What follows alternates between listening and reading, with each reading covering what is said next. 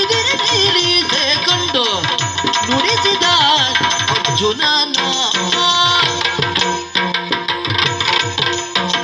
ಈಗ ನಮ್ಮ ನಿರೀಕ್ಷೆಯ ತೇರು ಬಂದದ್ದು ಸತ್ಯ. ಹಾಗಾದ್ರೆ ಇಲ್ಲಿವರೆಗೆ ವಿರೋಧಿಗಳು ಯಾರು ಬರಲಿಲ್ವಾ? ಬಹಳಷ್ಟು ಮಂದಿ ಬಂದಿದ್ದಾರೆ. ಅವರಲ್ಲಿ ಒಂದು 4 ಪ್ರಶ್ನೆ ಮಾಡಿದ್ರೆ ಯಜಮಾನರನ್ನು ಕೇಳ್ಕೊಂಡೇ ಮಾತನಾಡ್ತೇವೆ ಅನ್ನೋದಾಗಿ ಹೇಳುವಂತ ಜನ.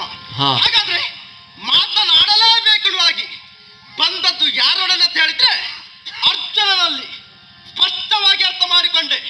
ನಿಂತ ನಿಲುವು ನೋಡಿದ್ರೆ ಅರ್ಜುನ ಇವನೇ ಎನ್ನುವುದಾಗಿ ಇವನಲ್ಲಿ ಮಾತನಾಡಬಹುದಿತ್ತು. ಆದ್ರೆ ಒಂದು ಸ್ವಾಮಿ, ಎಲ್ಲರೊಂದಿಗೆ ಮಾತನಾಡಿದ ಹಾಗೆ ಇವನೊಂದಿಗೆ ಮಾತನಾಡುವುದಕ್ಕೆ ಸಾಧ್ಯವಿಲ್ಲ. 2 ಮಾತಿನಲ್ಲಿ ಎದುರಿತರನ್ನು ಸರ್ವನಾಶ ಮಾಡಿ ಹಾಕ್ತಾನೆ. ಅಂತ ಸಾಮರ್ಥ್ಯ ಇವನಿಗುಂಟು. ಹಾಗಾದ್ರೆ ಇವನಿಗೆ ಎಣೆಯಾಗಿ ಕಾಣಬೇಕಾದ್ರೆ, ಇವನಿಗೆ ಪ್ರತಿಸ್ಪರ್ಧಿಯಾಗಿ ಕಾಣಬೇಕಾದ್ರೆ ರೂಢಿಗೆ ಒಪ್ಪುವಂತೆ ಮಾತನಾಡಬೇಕಲ್ಲ. ನೋಡು, ಸೃಷ್ಟಿ ಅರ್ಜುನ ಎಂಬವನೇ ನೀನು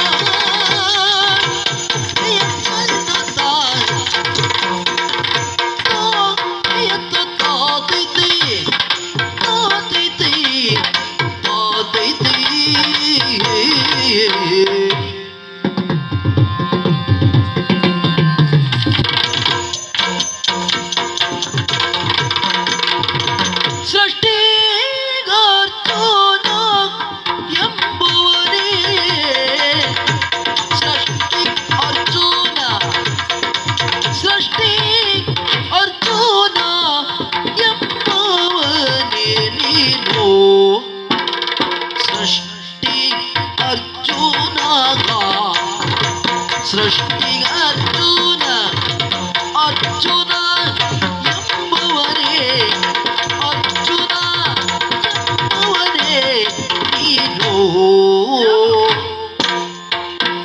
ನಿನ್ನ ಅಶ್ವವ